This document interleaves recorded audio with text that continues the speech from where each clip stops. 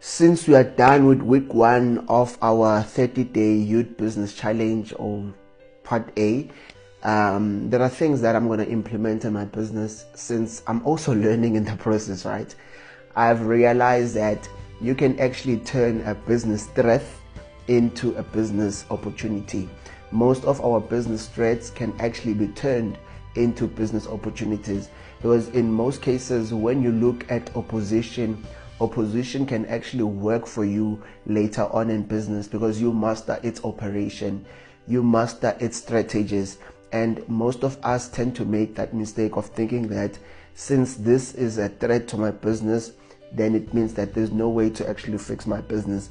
But I would say that it also depends on the type of a market that you're in and how long you've been in that business.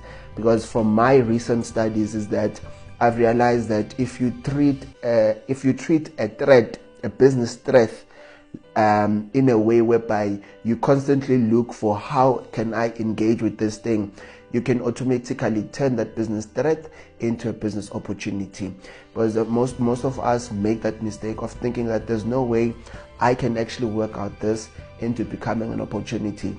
Hence, that's why I even mentioned yesterday that most of our business opportunities actually comes from our clients.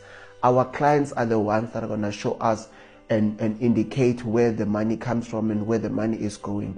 If you study your clients, if you work a lot on your customers, the people who you're serving, if you know that these are the people that I'm providing my services to, even like I said, even if you're selling a pen, it will be easy for you to know exactly how to work your business threats into opportunities, because your clients are going to tell you, or your customers are going to tell you, where is the money and where is the money coming from and where is the money going to.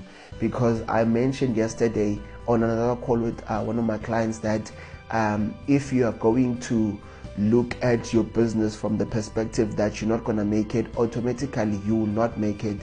So if you're going to study the spirituality of a business, you'll get to understand that most of the things that most people say they're actually not working for them, they'll actually work for them later on in business, based upon how much they've been in business and how long they've studied the market.